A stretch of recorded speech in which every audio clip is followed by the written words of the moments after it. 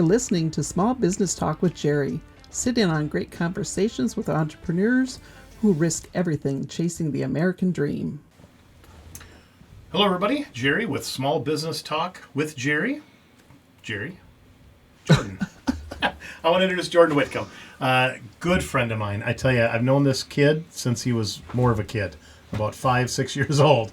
What a go-getter. I tell you, and now you're with Maxwell Anderson, Allstate Insurance. You're in Rochester. Yep.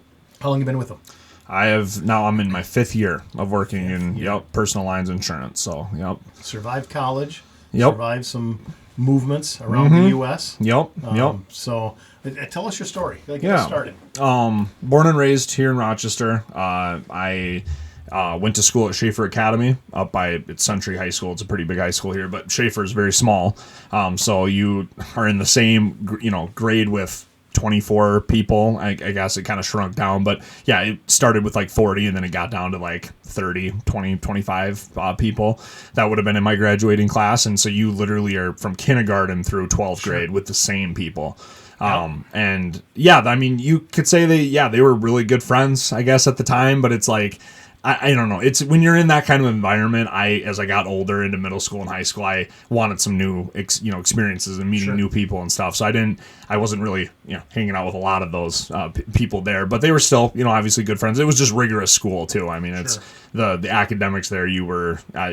People would get annoyed when they get an A-. So it's like, it just kind of tells you like the type there. So, but it taught me well. I learned a lot of valuable stuff that I used in college, just from like the academic side and time management and things like that. And, a good moral base, ethical base on how to treat people and, in that type of environment, which I think is very important. So, well, your mom and your grandma were a big part of that too. Of course. Yeah. They were the staples that wanted me in that environment to learn how to, properly, meet new people, but also keep your same moral ground, even if you, and not fold to peer pressure, which that can be a tough thing for a lot of people, I feel like. So not just when you're a kid either. Yeah, right. Yeah. All through stages. I mean, you're, but as a teenager, we all know how susceptible you are to, peer pressure and that type of deal. So I, of course, experienced it while I was there, but it was a better environment to like learn those type of relationship building type of things. So. And I always told myself when I was in that environment that I was going to go to a college that was different than that. Yeah. Literally went to a college that was exactly the same. Crown. Yeah. Right? Crown College up in the Twin Cities. And it was just, again, you tell yourself you have so many options when it comes to going to college. And everybody told me I had to go, that's, early or, 2010s to 17. That's when I was in college in 13 to 17. I don't know. Everyone really pushed that you needed to go to college to and I guess that's always kind of been a thing. But it was like there was no option. Like you got to go to college, and I'm just like, okay, cool. I just really don't know what I want to go for. Right. So. Right. So when I decided to go to Crown, though, it was primarily for basketball. I mean, that was because you spent some time out east too. Yep. That was my senior year of high school.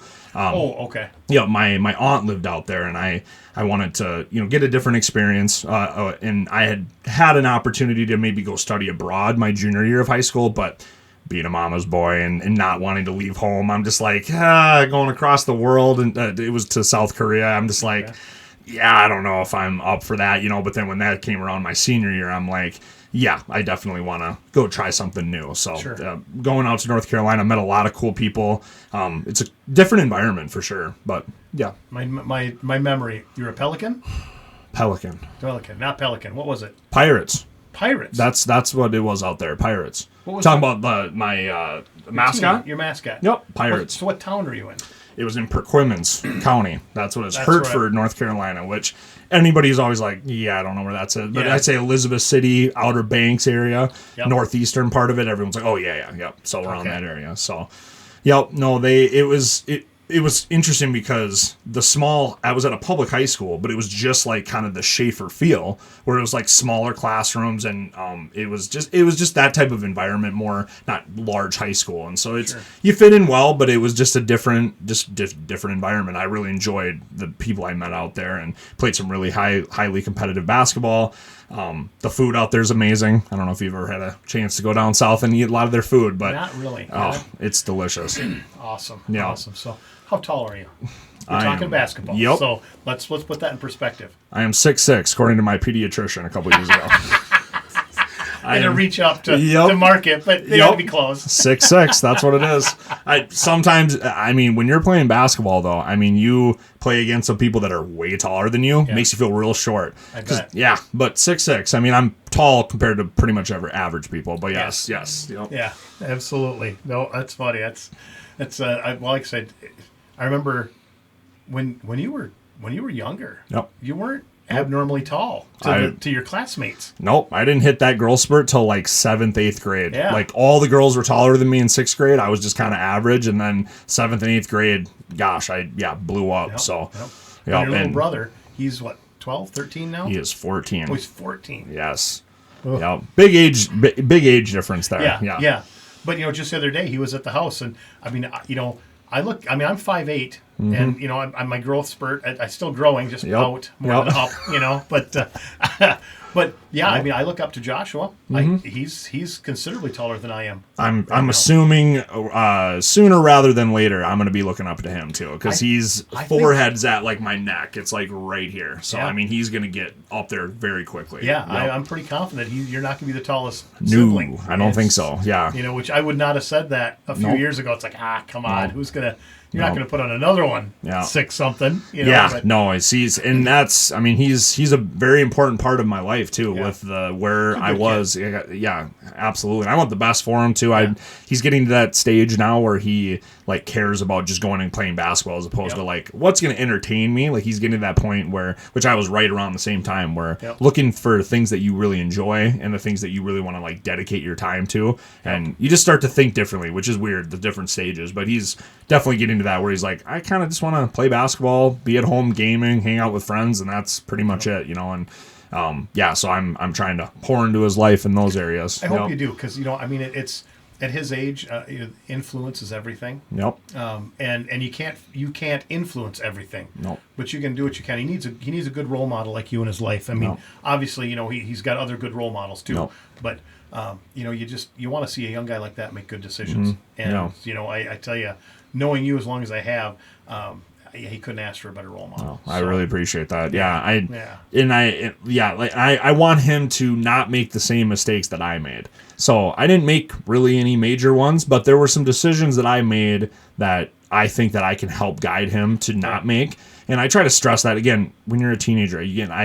It's so funny, the irony, because when you're young as a teenager, all your parents are like, you're going to be saying this as an adult too, that, you're going to be like, oh, I shouldn't have done that. And when you're a teenager, I know exactly how you're feeling, where you're like, I'm on top of the world. Nothing can touch me. I'm not going to listen to you, whatever.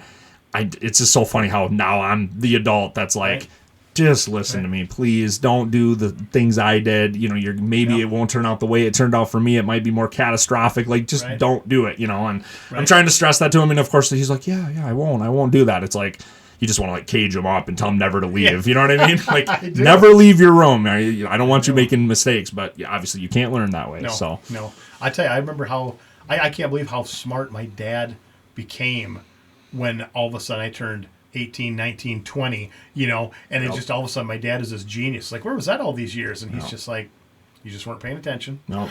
Yeah, exactly. Yep. Yeah. And that was too. It was that 1 year that I was in North Carolina. He was here and I was there, so I missed him for 1 year. Yeah. And it wasn't like it was detrimental to our relationship, but you do miss home. And even when I was out there, I knew I wasn't going to do college out there. I knew I was probably going to come home, close to home, just because again, I like the security of home, and that's kind of why I chose Crown. It was 100 miles away, exactly from Rochester, and it was near the Twin Cities, and I wanted to play basketball in college, and that can be a whole nother podcast topic, just about navigating like sports and the youth and stuff like that. But you have just so many options, and just Crown seemed like a good fit. The coaches really wanted me there, so I ended up going there and meeting some of my best friends. It was my experience in college. Did you go to college? 2 years. Okay. 2 years. And where was it close to home, or did you? Right here in Rochester. Okay, got you. So it's a different when you're in.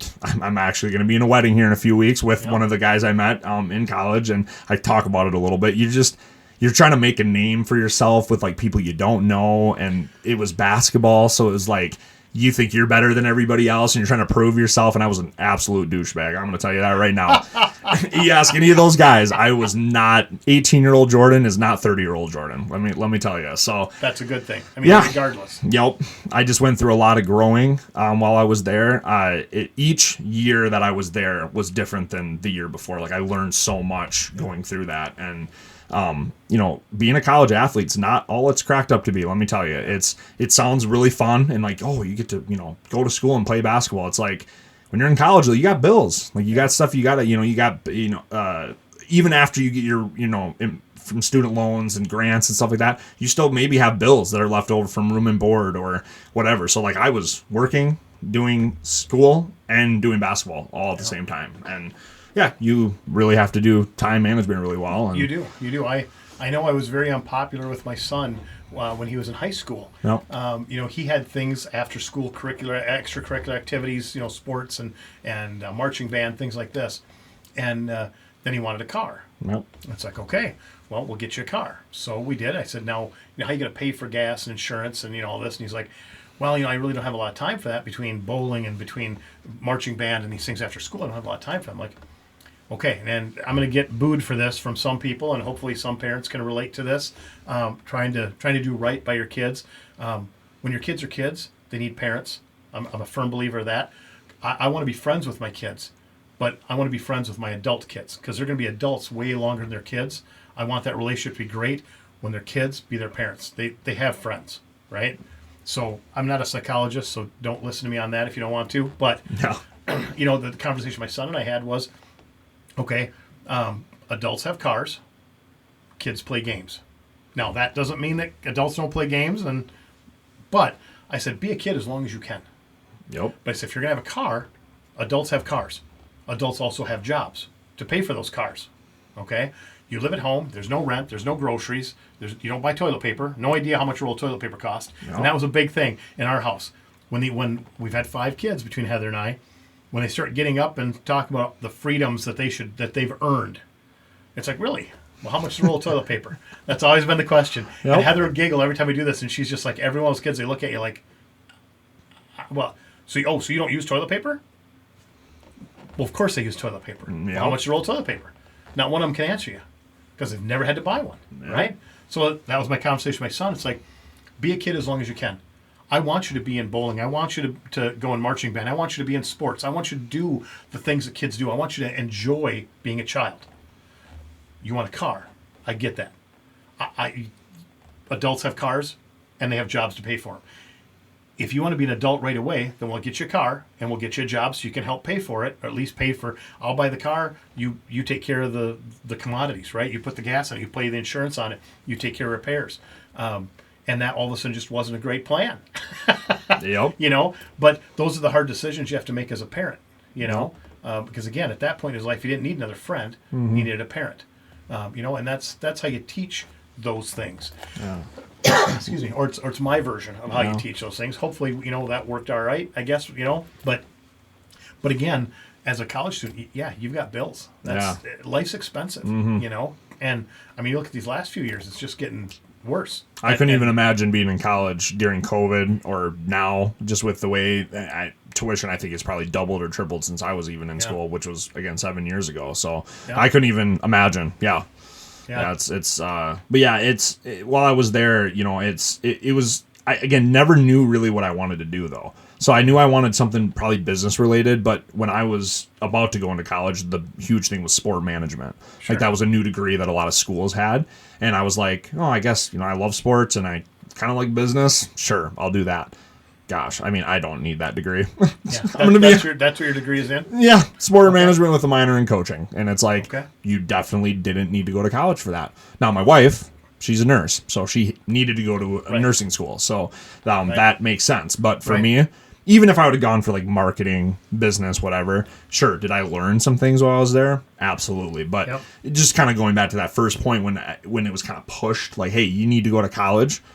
There's probably some other alternative routes I probably could have gone and even still played school. Like I could have gone to RCTC and played ball there and had, got my gen eds, but no, go to that 4 year, you want to play for like a not prestigious, but just a school in general, Right. Not a JUCO, you know what I mean? Which Right. I feel like the scene's kind of changed now. It's like, it's really wherever you can play, get some film, get some exposure, whatever. But that was the main thing of me going to Crown, was just that, going to play some basketball there. But looking back on it now, which again, you can always look at everything and probably change things around. But looking back on it now, I probably could have made some different decisions and maybe gone to school for something different. But yeah, that's what I ended up doing. And like I said, met really good friends there, but it was tough being away from home that long too, because I kind of like just being at home, and so but yeah, no, when I graduated in 2017, I had no clue really what I wanted to do. And I had worked at Home Depot during been there a long time.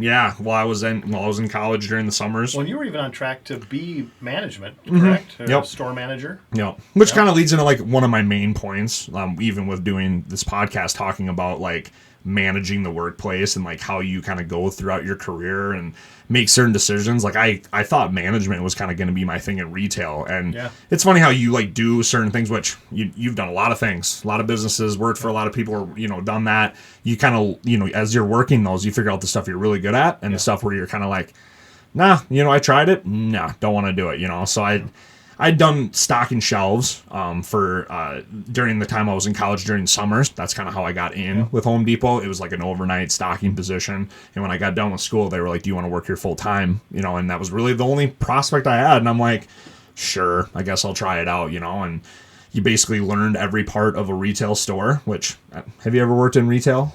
When I was way back, when I was in high school, I worked at Kmart when I was 16.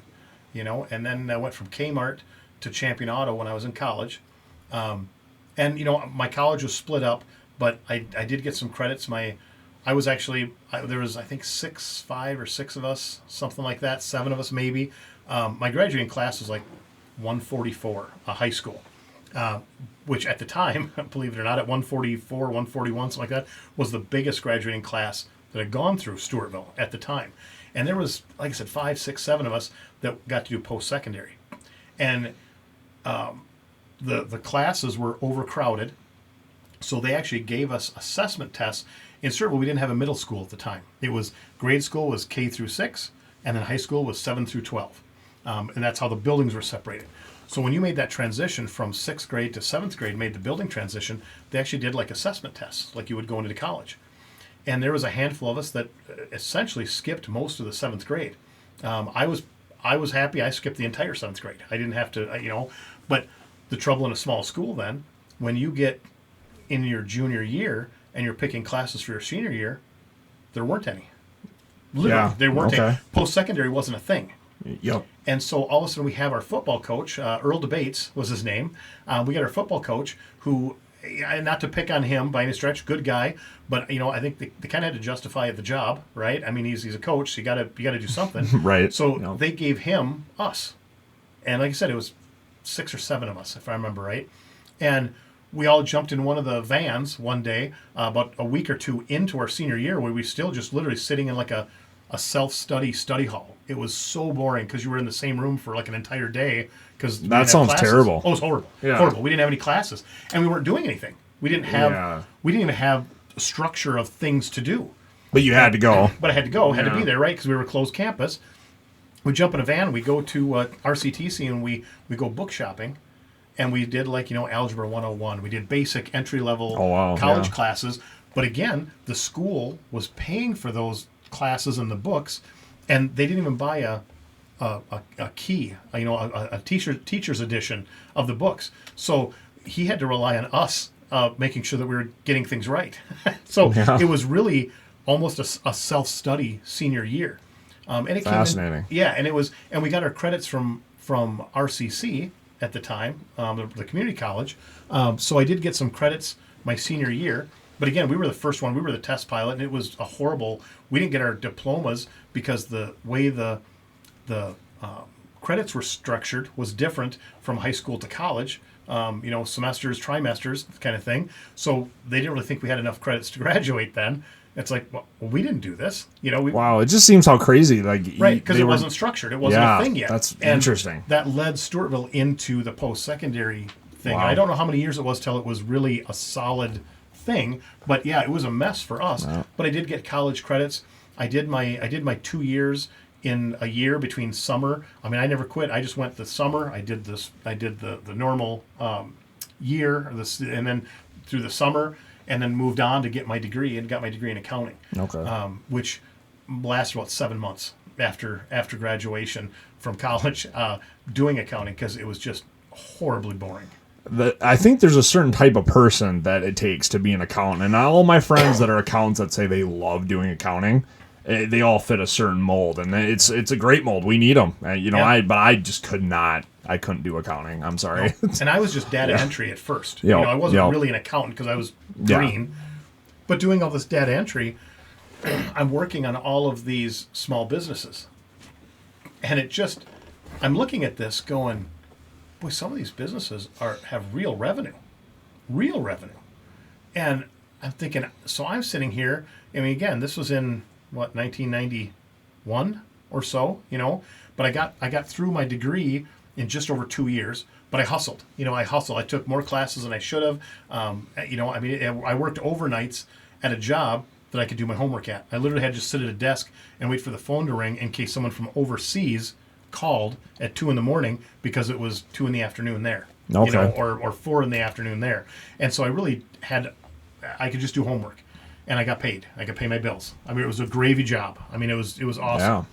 But then when I get out in the workforce and I see what some of these small businesses are revenuing, but then you get to talk to or you hear the office scuttle about, I'm looking at these guys, they're pushing maybe, high 6 figures, low 7 figures a year, but they're going bankrupt. And it's like, how, as a kid, I just couldn't get that through my head. Yeah. And so then you get out in the workplace, and I went back to Champion Auto, which I had been in through college, and had some friends there, of course, and I got in as a manager, and got to see a little bit more of how things worked. And then you start understanding that, yeah, you got a business that runs $1 million a year. Okay, that doesn't even begin to tell the story. Is it profitable? You have no idea. If I tell you I generate $1 million a year, how much money am I making? You have no idea. Yeah. Right? Most people will take that as like, wow, he's a millionaire. Right. Oh, yeah. They don't even understand the half of it. Yeah. If you tell, we're doing $2.5 million a year. Yeah. It's like, oh, this guy's making millions. Your revenue millions, right? Yeah. You're not making millions. Yeah. And that's the part that you've got to wrap your head around. If you have a business that's revenuing better than $1 million, there should be a fix for you, Mm-hmm.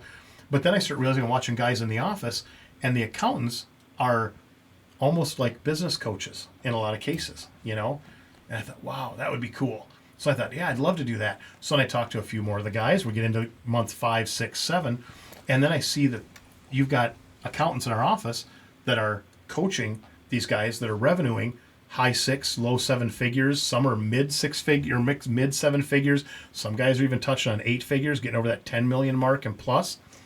And you got a guy back in that day making $35,000 to $38,000 a year, giving them advice. Fascinating. Right. And these $40,000 a year guys, giving them a little leeway, are coaching these guys managing millions and doing a better job at it than they were. So all of a sudden I'm thinking, so why don't I take my knowledge, sharpen the skills a little bit, and then go do business, right? I mean, if I can make Seems like you cracked the code a little bit. Well, I mean, if I can make 40 grand here and go coach this potential millionaire into making his millions so I can secure my 40 grand, that keeps a guy up at night. Yeah. Yeah. Right? Yep. And so it's like, I should find my way in there. Yeah. And my dad was a smart guy. He was a laborer. He but smart guy. And I kind of told him what I had going on. He said, well, who should you attach yourself to? I don't know what that means. And he's like, who has something that you want? So I talk about this district manager that I worked with, and I said, this guy could manage a real company. And so he says, well, if you want what he has, you got to do what he did. Or you're willing to go there. Can you make friends with him? Can you figure out how he got where he is? And then do it. And that's where I came from, So with you, 5 years in the insurance business, how did you start? How did you meet Max? Yeah. Why did you meet Max? Why did you follow him? Yeah, and so when I was at Home Depot doing that retail job, I thought, okay, I see these people making this amount of money doing these responsibilities. I think I could do that. I could probably do it better. So let me try to get there. And you learn real quick about corporate structure, and you learn a lot about buying in. And there's things that companies do where if you're just a low man on the totem pole, I learned everything there was to do in the store. I was certified on everything, did everything. I moved around to department, whichever one they wanted me, learning everything. And I learned real quick that if you don't buy into a couple things like, giving every single person that comes in there a credit card app. Like, dude, I'm not going to make every single person that comes in here get a credit card if it doesn't make sense. Sure, if they want that $300 off when they're buying carpet, probably makes sense, and then they can finance it. They're going to go buy some Swiffer pads. I don't think they need a credit card. Like, they can get it when it makes sense to them. Well, you need to push credit cards. That was one of the huge deals, and I applied multiple times to try to move up in management, and they would be like, yeah, this next time you're going to get it. Wouldn't get it. And I'm just like, hey, you got like one more shot here and I'm moving on, and then it happened and I didn't get it. So I'm like, I'm out, and I learned real quick, retail was not going to be where I was going to, make my name worth something, and then I went into multifamily doing like technician work where you're like flipping apartments and fixing stuff with like AC units and leaky sinks and stuff. And it lasted like a year there, and I'm just like, yeah, that's probably not going to be me either. So that's where I was seeing a trend with all my friends getting into finance, and I'm like, okay. And I started doing some research, and Max, he was my insurance agent since college. So one of my friends connected me with him, and he insured my new vehicle that I got in college. So I've always known him. He's been my insurance agent, my mom's insurance agent, and he always just kind of followed up with me every year to see where I was at and how I was doing. And we kind of built a semi-cool relationship, but we weren't friends or anything, but he was just my insurance agent. And so when I wanted to get into finance, I was looking at the time, the wife and I, we still do, but Northwestern Mutual was where we kind of had our financial advisor. And I was like, oh, financial advising, that seems like a, cool thing. And some of my friends had gotten into it during college or after. And I went and kind of was going through that program and found out that financial advising it's a tough business. If you're going to get into it, a lot of people don't want to talk about financial advising or want to talk about their finances with somebody they don't know. And it's a tough sell, right. Or admit that they've had dollars in their pocket their entire life, but they have no idea how to use them. Yeah. Yep. And it can be, I wouldn't say awkward, but it's, I don't know. People can feel kind of like, okay, like you got to navigate, not trying to make them sound like they're an idiot, but you also got to be like, hey, you need to do this, and with the financial advising, you do a lot of work up front, and then hopefully you get paid if you're doing a good job at it. Yeah, and so that's where I was like, I don't know, it's going to be a tough sell, and I'm really glad I did because COVID happened like 4 months later, right? And I would have been trying to like get clients through Zoom, and that just would not have worked. So Zoom doesn't work. When you're talking marketing or networking, Zoom does not work. So that's when Max was like, "Hey, I am an Allstate agent, and I just opened up shop like a year ago on my own. I've been an agent for a while before that, but I'm looking for someone to sell like home and auto insurance, and then we do life insurance as well. So you can kind of do all that stuff, but home and auto is a real easy sell, as long as you put in the work." And I'm like, yeah, let me give it a shot. So that's when I, showed up, got bound, and I already had taken my licensing exams for that with trying to get into Northwestern Mutual. So I already had that taken care of. Sure. So you just kind of have to take the classes with whatever company you're with, and you get bound. That's what the word is. You get bound to do business with them. So now I've been doing that for 5 years. So, and it was interesting during COVID because financial services was considered essential. So I was just like with any financial or medical personnel considered essential. So we didn't have to work from home, but we had that option. But we didn't have to be locked down per se. Like we were just we were in the office still doing work and stuff like that. And it was there's been it's interesting trying to navigate kind of the new world of insurance, and it's a vast world, that's for sure. But I've learned a lot, just about prospecting and building your network of referrals and trying to, there's certain, I don't know, what are your thoughts on insurance agents? Like, what is like something when you think of insurance agents, what do you think of when you first think about it? It's a struggle sometimes. Yep. And this, the hard part for me is, when I talk about insurance, to me, it's like your garbage company, your Charter or Spectrum, internet and insurance guys. I know it sounds weird, but I promise I'll connect the three. You build a relationship with them. You contract with them. Your contract goes up, and the next year comes to renew, and it's a little more money. And then the next year comes, and it's a little more money. And somewhere in the middle, they tell you, well, we need a little more for deductibles. We're going to give you a little less service. We're going to give you a little more service. But with that service comes a price increase.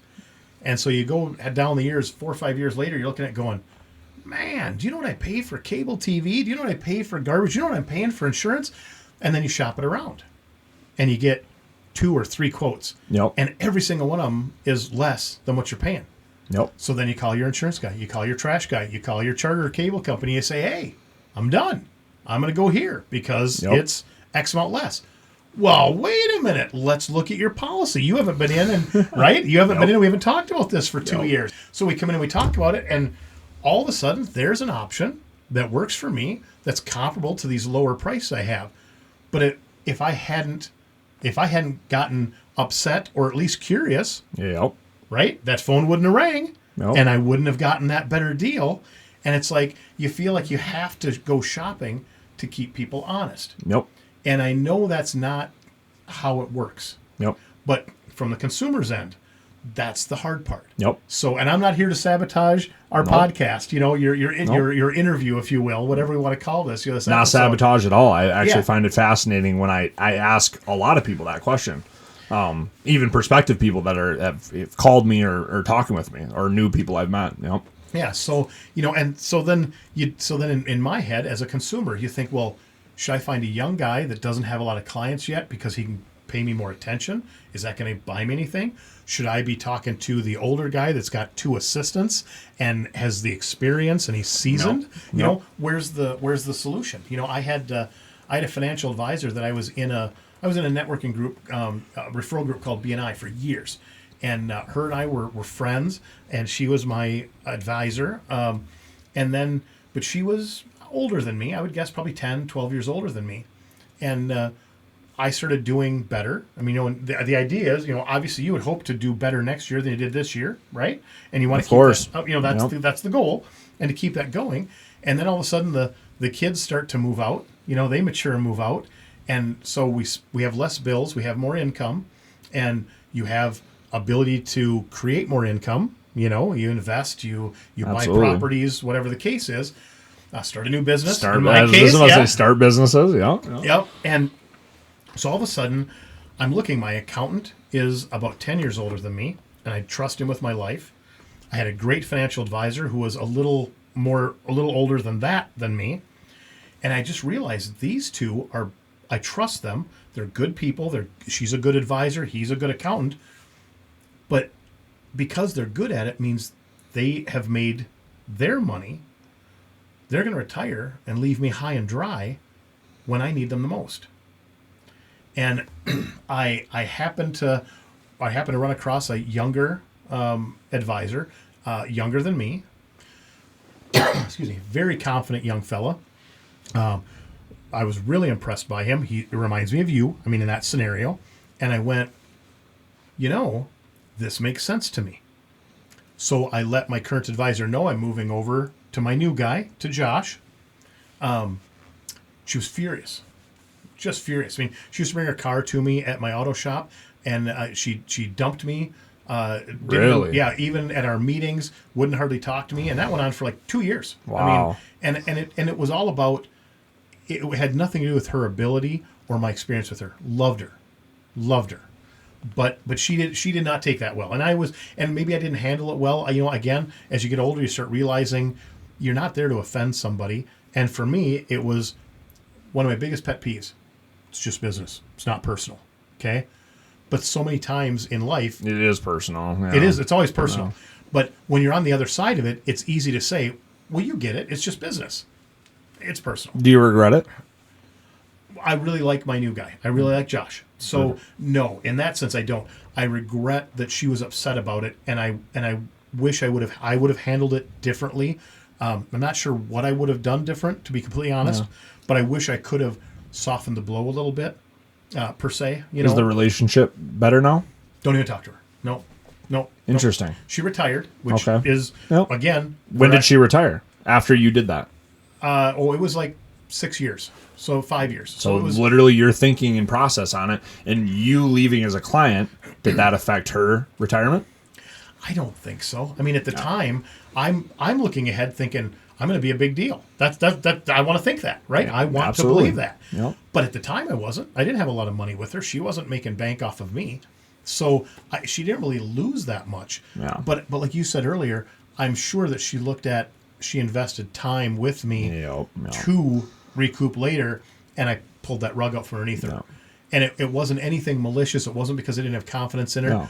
It was strictly the age thing bothered me. Yeah. And so that's a consideration. My accountant and I are actually close personal friends. I mean, we fish together, we vacation together, things like this. So, and I ask him, I mean, you've met him, I think you've met Ron. But anyway, I think so. Yeah. I think so. But anyway, he's recently sold his practice and he works for that practice. And, and I ask him all the time, like, how much longer we got? How much longer we got? Because the time's ticking on. He's going to retire. Yep. I know he's going to retire at some point. He hasn't given me a date. I don't think he, so, but again, he's older than I am, and he's going to be hard to replace. Yep. He's going to be really hard to replace. He sold his practice to his nephew. I've never met his nephew. I haven't made any effort to reach out to him. He hasn't reached out to me. So at this point, I have no loyalty there, Yep. and that bothers me. In all honesty, because I mean, again, I have less bills than I've ever had. The kids are all moved out now. We're empty nesters. I'm at the pinnacle of my income so far. Hopefully it's not the pinnacle, but it's the pinnacle so far. Right. And now's when I need a good accountant, because a good accountant is a good business coach. Yeah. I mean, I mentioned it earlier, and that's reality. So yeah, from it's so different, the perspective. When you're running a business, as I do, as you do, you expect loyalty. Yeah. Then when the shoe's on the other foot, and you're like, oh, I do want to be loyal, but and then you get into it's not personal, it's business. Yeah. Well, it's all personal, And so then you look at it going, okay, I don't know if I handled it right when I moved from one advisor to another. I do regret that we didn't get along that well afterwards. That was sad. Yeah. But it is what it is. I mean, I'm glad I am where I am now. Especially she retired, a couple of years ago, a year and a half ago, something like that. But which would do me no good. And I don't want, when you and I spoke about this earlier, when the day comes, you're working with Maxwell Anderson, if you can take that over someday, you're going to be familiar with his clients are familiar with you. Correct. What I wouldn't want to do is if you were working for Bob, and then all of a sudden Maxwell Anderson is ready to retire, and he just sells his book to you, or however that works. Again, I'm not an insurance guy, but all of a sudden you take over his clients, but you've never worked there or worked with him. Yep. Now, can you really expect all of his clients just immediately be comfortable with a new guy? No. And that's the struggle. I didn't want to be the client of her choosing my new advisor. Yeah. Not that I didn't trust her. That wasn't it at all. It's just, that's just creepy to me, because she's buying an entire book of business, which I am probably a very small piece of. But that very, very, very small piece to her, it's my everything. Yeah, it's vital to you. It's my everything. Yeah. And so I don't want to just go to somebody that's good enough, or I don't want to go to somebody that might be awesome, but again, I own a gun shop too. Yeah. So I'm a conservative. All right. No. Again, not talking politics, but in this day and age, when my dad was my age, you were a Democrat, they were a Republican, and you didn't talk politics if you were really adamant about it. And even if you did, when you got done talking politics and arguing about it, you went out and had a beer, or you went and got a burger. Yeah. Now it's not like that. No. And I don't dare get caught in with someone that doesn't believe in my beliefs. Yeah. And all of a sudden I can't have a good financial advisor or a good dentist or a good insurance agent because we didn't vote for the same president. Right. I mean, seriously? Yeah. That's crazy. We don't talk politics now in the gun shop we get to, because That's pretty obvious. That's your livelihood right there. That's your livelihood. And, laws affect that. Yep. Absolutely. You're getting threatened every day by politicians. In the other businesses, you don't talk politics because I don't care who you voted for. Yeah, no. You and I can't change that by ourselves. Yep. So we're going to have to survive. This country has been through almost through 46 presidents. We've managed to survive them all, right? And none of us can say we agreed with every one of them. No. So it doesn't matter if you think this is our best president, our worst president. It's somewhere in between. We're going to survive it. We're all going to be here after the election again. No. And, look at the last president. Some people loved him. Some people hated him. No. But we're all here. No. We're all okay. No. So, that's my thing is don't let that stuff get in the way. But today that's a concern. No. And I just don't want to I want to make the choice. Yeah. I want to be able to make the best choice I can make. Right. Well, no, and kind of back on the personal thing, that's one thing that I've learned a lot in this business, because before I used to take everything really personal. And if anyone knows me, kind of wearing my emotions on my sleeve. Yeah, absolutely. You ask my wife, I'm probably more emotional than she is. Like, it's just, it really is. I mean, I used to take rejection really bad. So like when you're hitting the sales phones, was a good choice. Well, that's the thing is I was a people person though. I love people, but I hate rejection from people. Yeah. So I've had to learn through Max's guidance and through other professionals that I've met, other business owners, that like when you're doing calls and someone says, I'm not going to go with you. Yeah. Like, I got to move on. I used to stew about it. I used to have somebody that would hang up the phone on me for 5 minutes. I'd be like questioning myself. And now it's like, no, you can't. I've gotten thicker skin. I've become more, would say ruthless, but more like there's another person that needs my opportunity, another person that needs my help. So move on to that. Yep. And that I know is just a future yes. So I've had to learn that, and it's happened. What did I tell you? You said no, but I heard not yet. Yeah. Right? Yep, exactly. That's what it's all about. I've had a couple clients that I've had in my experience while doing insurance where they said, no, I'm not going to go with you, or I went with someone else. A year later, after Max said, don't, because you'll write out an email and be like, you know what I mean, or you'll have a text message ready to roll out, and then you're like, he's told me, just don't send it, wait till tomorrow. So of course I wait till tomorrow, look at that email and text, I'm like, yeah, no, I'm not going to send it. You can't send that. Delete it. I said, thank you so much for the opportunity, hope to talk to you soon. Literally a year later, they hit me up, they're like, I want to buy from you. Yeah, that's what it is. I've had to learn that you can't take things personal. But that text or that email would have ruined that. Would have ruined it, tarnished it, and it might have even the word of mouth might have destroyed. How many sales could you have lost from that? Right. So so how do you handle this? So you've got a personal friend, you've got a personal relationship with somebody. Yep. And they call you and they say, hey, I need a quote because I think I'm overcharged, right? Because like I said, I've been with the same guy for 5 years or same gal for 5 years, whatever it is, and it just seems like it's out of hand. Yep. So you're one of my 3 phone calls, right? And we're friends. And you show me your quote. I'm like, damn, you're saving me $1,000 a year. Yeah. That's great. Let's do it. Yep. And then I come to you a week later or a day later going, I called out 3 people and I got this quote. It's $100 less a year than yours. Mm-hmm. What do we do? What am I going to do on that one? Yeah. So it all depends really, because I have different, and it is what it is. When you have a personal connection, you have a different workflow than when it's someone you don't know. So when it's someone I don't know, it's competition. So I get it, but I lay it out in the sense that like, okay, I sell myself at that point. So there's certain people in my industry that will put down other people in the industry. Will be like, this person's this person's that. For me, I really stay far away as possible from that. I sell myself and what I can do for someone. And I think I have some pretty good competitive advantages that I provide for people that most people do not. So being available 24/7 for you to text or call me anytime. All my clients have my personal number. And being available for 24/7 service is a huge thing that I think a lot of people in our industry is just like 9 to 5. I'm out on Friday because I'm going wherever. You can call me between that on Monday through Thursday. Yep. For me, it's like anytime you need me. So that's a huge deal.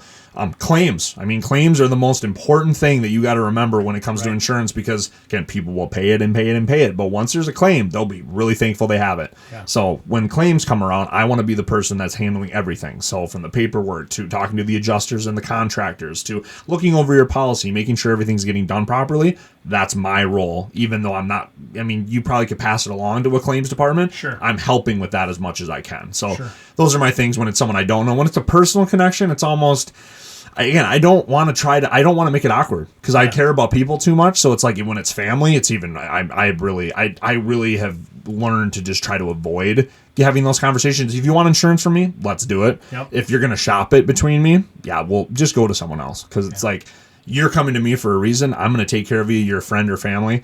And I'm going to really do well for you. And if you're going to nickel and dime me, I'm not your guy. Right. It's disappointing. Yep. It's disappointing. Exactly. Yep.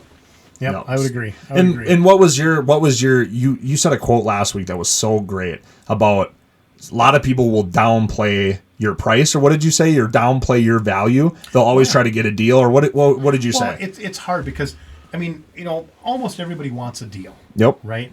But when they want to devalue your service, Yep.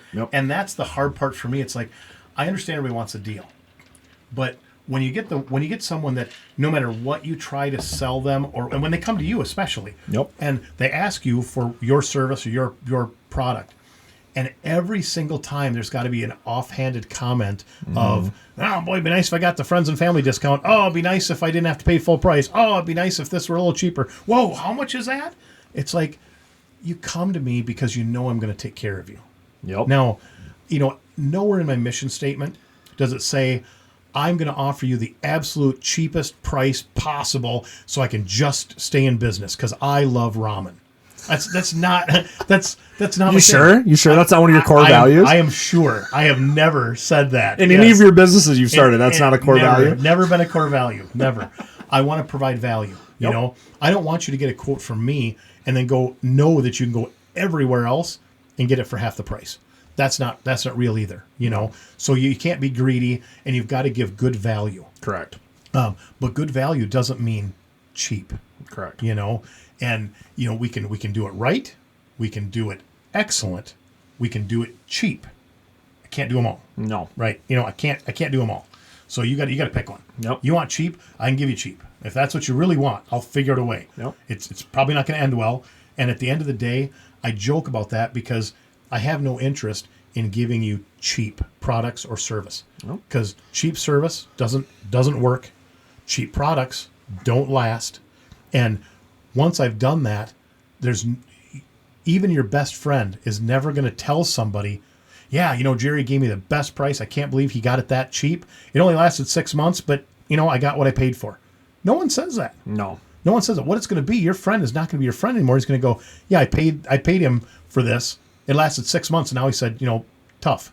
Right. It's like, well, no one mentions the conversation you had in the beginning where they're like, dude, I'm not spending that.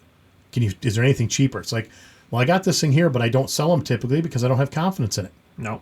And if you buy it, buyer beware, dude. I'll get it for you. But once you own it, you own it. Nobody remembers that part of the conversation. No. Even your friends. No. They don't.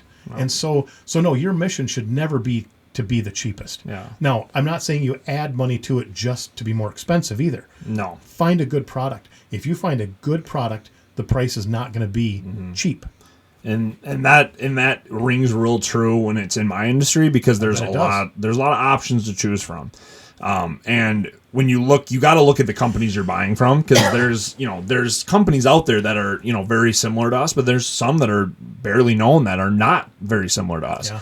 And their quality of service, their quality of claims, And before, when I was in my first 6 months, no, there's no reason you could talk to me and be like, oh, what's your opinion on claims and paying out and the value of insurance? Because I had no clue. I could just say, I work at Allstate, or whatever. Insurance is a long game, typically. Yeah. I mean, very seldom do you buy a policy on Tuesday and have a claim on Friday. Correct. And now that I've gone 5 years, I've dealt with, I could probably go out on a limb and say probably 75 to 100 auto claims dealt with. Home claims about the same amount with all the hail and issues that we've been having.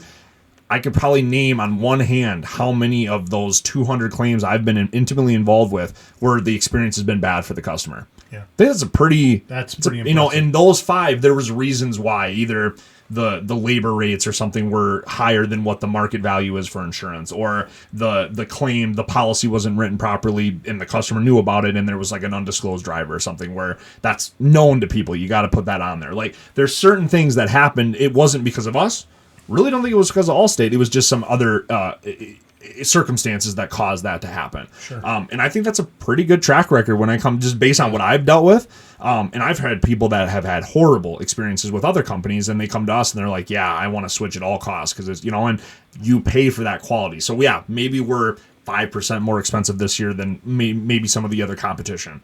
But I'm telling you, sometimes value and quality is over the like you said, cheap. Right. Paying the lowest possible price because you're probably going to get that in the service and the claims experience that you have. So, being able to navigate that, I think, and that's, you and I had that conversation pre-pod about, being with an exclusive agent, being captive, and then being like independent. Right.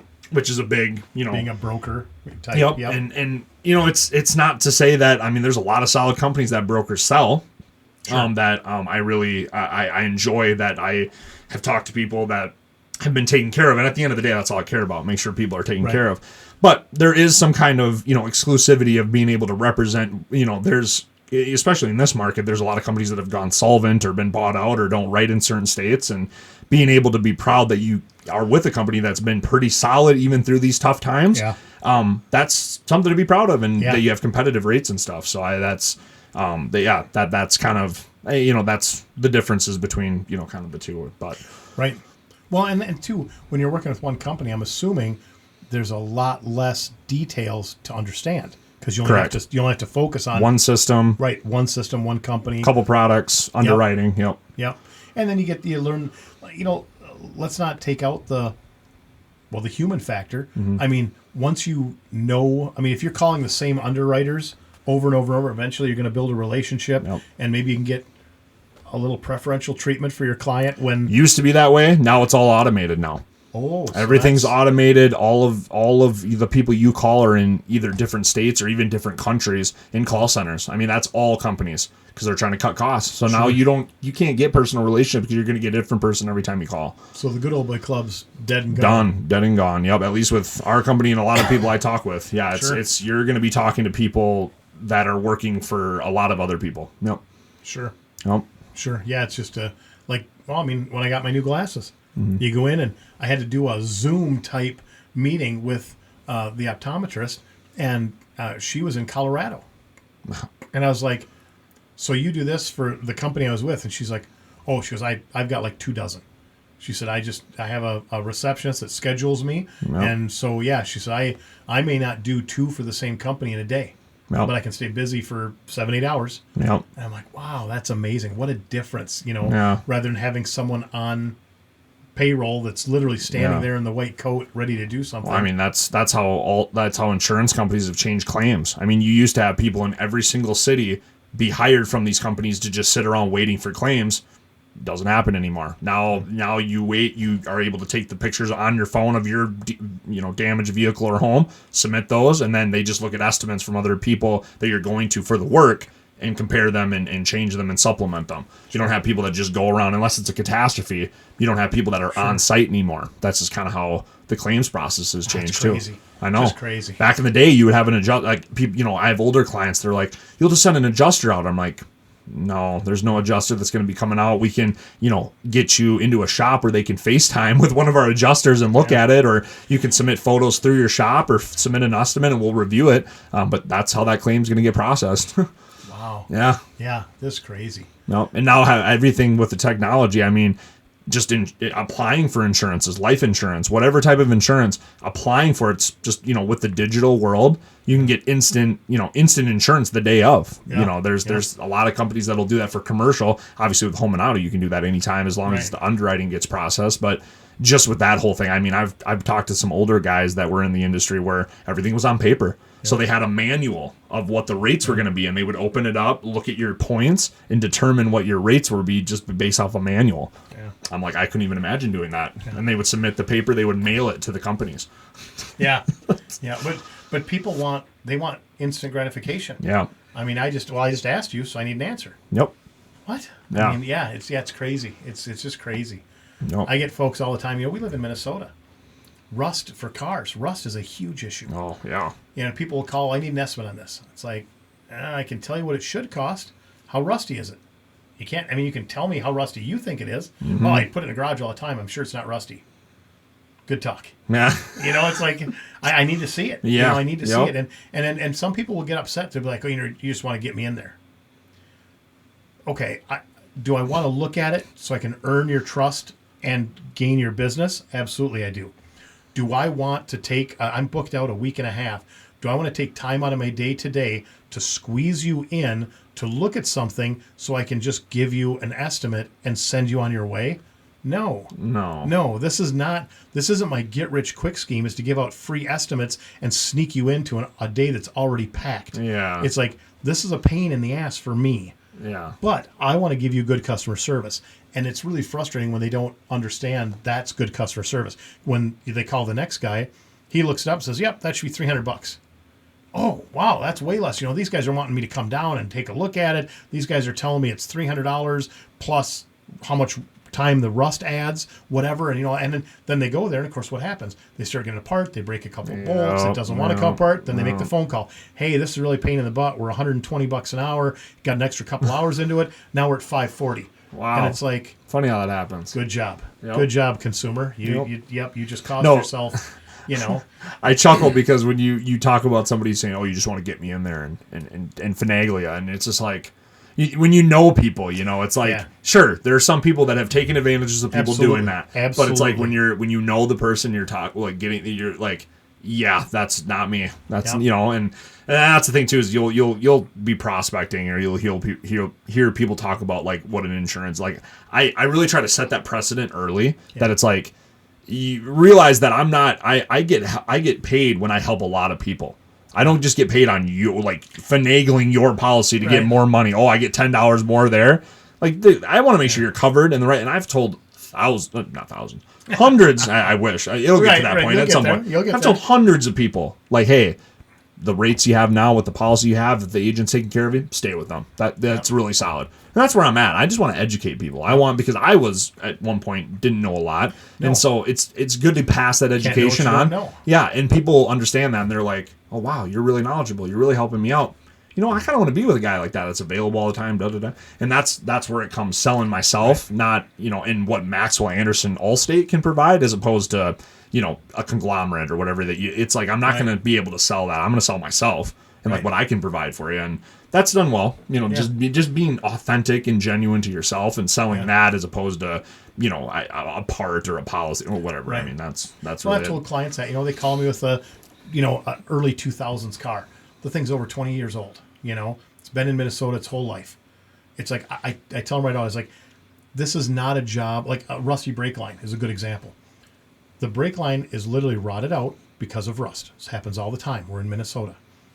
The car's not safe to drive, and you're calling around asking for estimates. Brake lines they're rusty. The reason it fails is because of rust. So to think that we're just going to go in there with 2 wrenches and spin these things apart, not going to happen. So I tell people, I'm like, if you need an estimate on that, I said, that's not the kind of thing you should. If somebody gives you a good estimate over the phone, I've been doing this 30 years. I have no idea what that's going to cost. I'm like, best case scenario, the cheapest way I can fix a brake line, you're probably talking $120, $130. Everything is fantastic. But it rusted out. It's probably not fantastic. Now it's just by the hour. The parts for doing that job are cheap. But how long is it going to take you? And then, of course, how good is the technician you're putting on it? Right? Because I'm just going to charge you time and material, and I put my lowest guy on it, and it takes him 3 hours.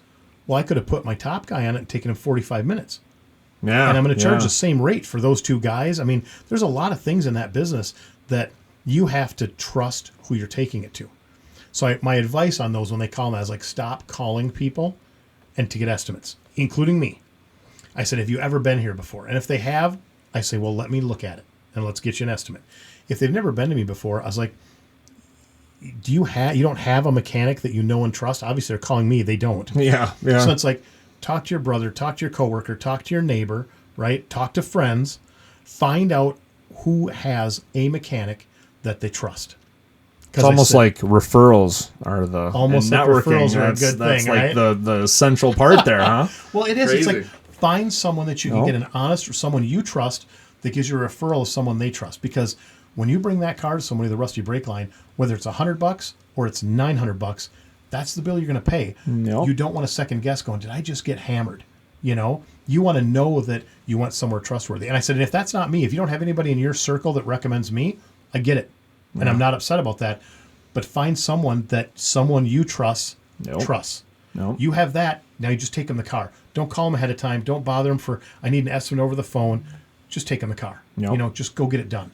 If you've got a plumber that you trust, use them. If you don't, talk to your friends, talk to your family. Get a referral from someone you trust, someone that they trust. That's been my whole thing for these 5 years, is how to build, and I don't own the business, but I have aspirations of hopefully being part of that down the road. Sure. And I'm an essential part of building that business, since Absolutely. I'm the only employee at this point with the agency owner. So my whole thing. Agency, now I'm going to interrupt you a minute. Yep.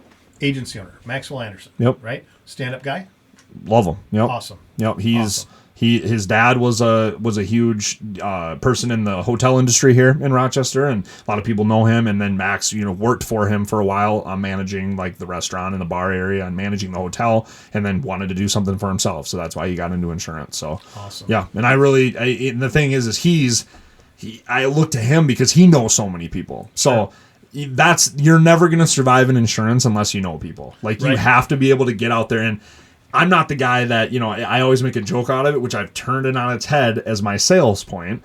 And all the people I ever meet that are friends or from basketball or from parents, because I do officiating for basketball and football in the area, anybody I meet, they always love me just from officiating or for what who I am. And then I'll always be like, because they'll say, oh, I'm building a new house.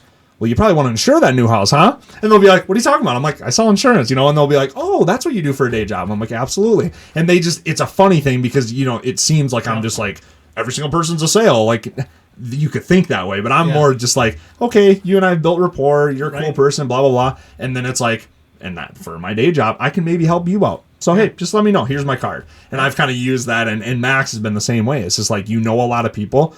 A handful of those people you'll be able to help, and that'll help you, build that up. But that's been my whole thing through these 5 years.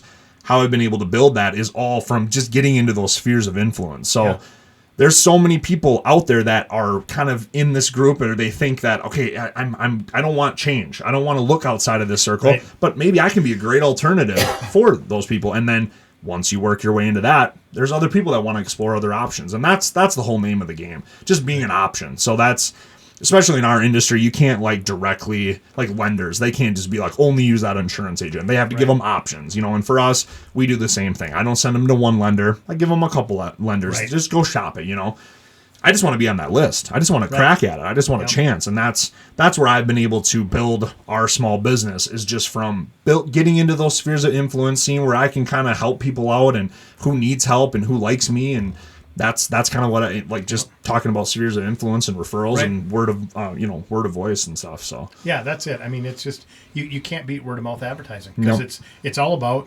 trust. Yep. Bottom line, it's all about trust. So anything you want to say in closing? Looking at, just because I know we talked about it in pre-pod about how, and we could probably have a whole nother podcast, which might come down the road, about just the industry and where we're at and rate increases and stuff. And to finish this one off, it's like, I want to just be a source for people, for information, and to maybe just look at things. And for me, it takes 10 minutes for me to get a quote together.